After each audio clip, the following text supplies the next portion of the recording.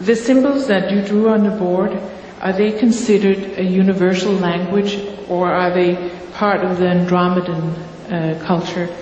And also, are the Andromedans taught to focus on those symbols in order to create reality like we are here in the school? Good question.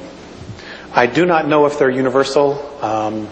Again, I've only met 2 other races with the Andromedans. I did not speak with them, but I saw them and then was told later who they were.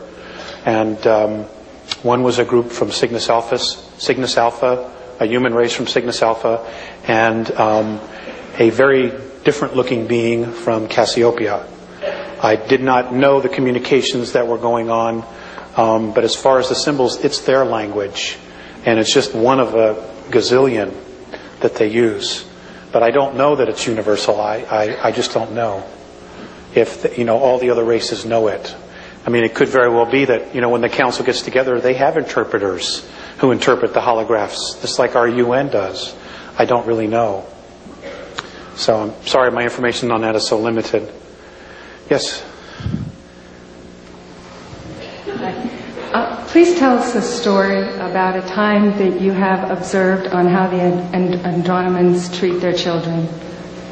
Okay. Can I ask you a question? Who are those faces? Me. Okay.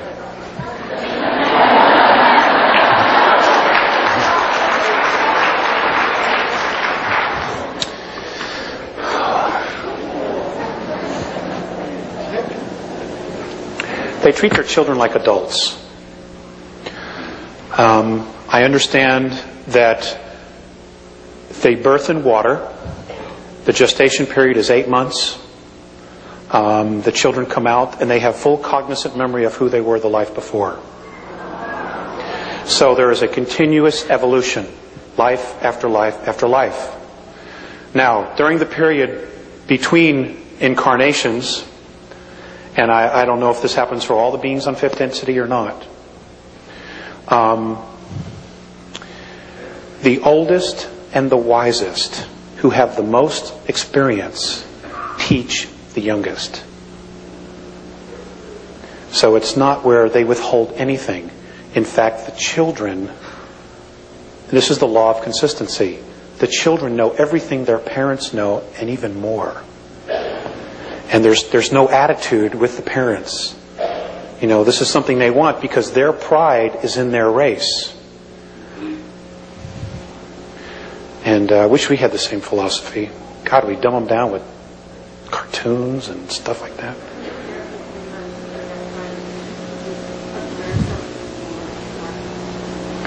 Okay, the question was, when I was with them for 3 months, did I observe something with them in the park? They sit in circles. Again, they're telepathic. So they would just be in circles, and you would see them nodding and smiling and laughing, but there's no sound. So I can't tell you what they were saying. It would be like if you went to a convention of deaf mutes, and it's just sign language. You have no clue what's going on. But they're talking about incredible things, I'm sure. Things that are probably way over my head. And most things are, actually. But they treat them like adults. And again, they teach them everything from a very young age. I mean, they go to school for 150 years. God, you got to pick up some stuff after that. And there's no home ec and stuff like that. I mean, it's like real educational stuff. No car mechanics 102 or anything like that. Yes, sir. My question has to do with the seeding of this planet by the Andromedans originally. You mentioned 62,000 years ago in a time period of only 65 years. But I'm specifically interested, do you know of any symbols or any information about reawakening latent genetics for people who are on this planet? And is there any relationship of Lemuria to that 62,000 year ago time period? Lemuria was in existence at that point. Atlantis was just beginning to be colonized. Now, folks, let me set you straight on something, or what the Andromedan perspective is. Atlantis was an extraterrestrial colony. Okay? I know that there's a lot of channeled stuff and other stuff that's done in remote viewing, and I don't know if it's all true or if it's not true.